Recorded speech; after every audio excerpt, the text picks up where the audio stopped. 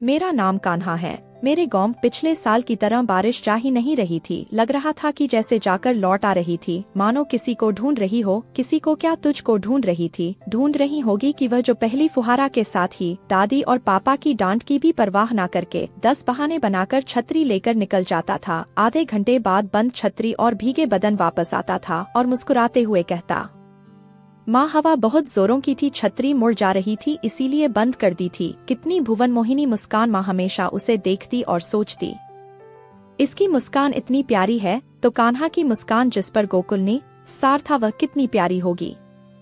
वह बचपन से ही ऐसा था और माँ उसे डेढ़कू मेंढक बुलाती। स्थानीय भाषा में डेढ़ का मतलब मेंढक। मेंढक की तरह बारिश शुरू होते ही उसका राग अलापना शुरू। माँ चलो ना दरिया पर घूम कर आएंगे, माँ चलो ना कहीं घूम कर आते हैं। और माँ बेटे रेनकोट पहनकर बारिश में भीगने निकल जाते हैं। बहुत लोगों को बारिश में भीगते देखा सुना होगा, पर यह एकदम अलग बात है, ना छतरी लगाकर भीगना या रेनकोट पहनकर भीगना।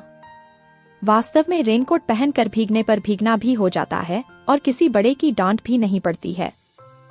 इस साल बारिश आ ही नहीं रही है, मानो रूठी है। लोग परेशान है। जुलाई लग गई है। जून के पहले हफ्ते से शुरू होने वाली बारिश अभी तक क्यों नहीं आई? शायद उसे भी मालूम चल गया है उसकी बूंदों में भीगने वाला उसका डेढ़कू अब धरती पर भीगने के लिए नहीं है। बारिश और उसका तो नाता पुराना है। ऐसी ही एक भयंकर बारिश की रात को 12 बजे का गरजते बरसते ही तो वह आया था। उसे देखते ही दीदी ने कहा, अरे मम्मी भी गोरी, पापा भी गोरे, यह काला कलूटा किसका है? दादी ने दुलार से गोद में लेते हुए कहा, यह तो भादों के महीने में गरजते बरसते साक्षात कान्हा ही तो मेरे घर आ गए हैं। शायद इसीलिए भी बारिश उसे बहुत पसंद थी। जब दुनिया बारिश देखकर भजिया और चाय की फरमाइश करती, तब उसकी एक ही फरमाइश, मैं भीग कर आता हूँ। सब चिल्लाते, बीमार पड़ जाओगे। वह मुस्कुराते हुई अपनी माँ की ओर देखता। उसकी माँ को भी बारिश में भीगना बहुत पसंद था, पर ससुराल में बारिश में भीगना संभव नहीं, ना तो बस बेटे का बहाना बनाकर माँ भी भीगने निकल जाती।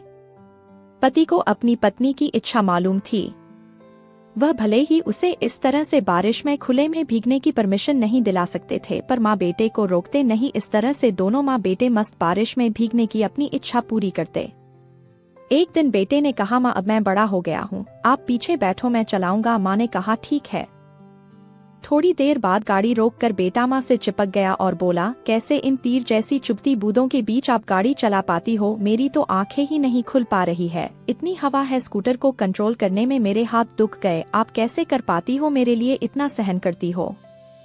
नहीं बेटा, तेरे लिए नहीं, मुझे भी तो भीगना पसंद है। इतना कहकर उसने प्यार से अपने बेटे को देखा। वह बहुत कुछ कहना चाहती थी। कैसे कहती कि यह बारिश की बूंदों की तीर जैसी चुभन ससुराल में वक्त बेवक्त मिलने वाले तानों से बहुत कम है। उनसे तो मेरी आत्मा छलनी हुई पड़ी है। यह बारिश की बूंदें तो मरहम का काम करती है।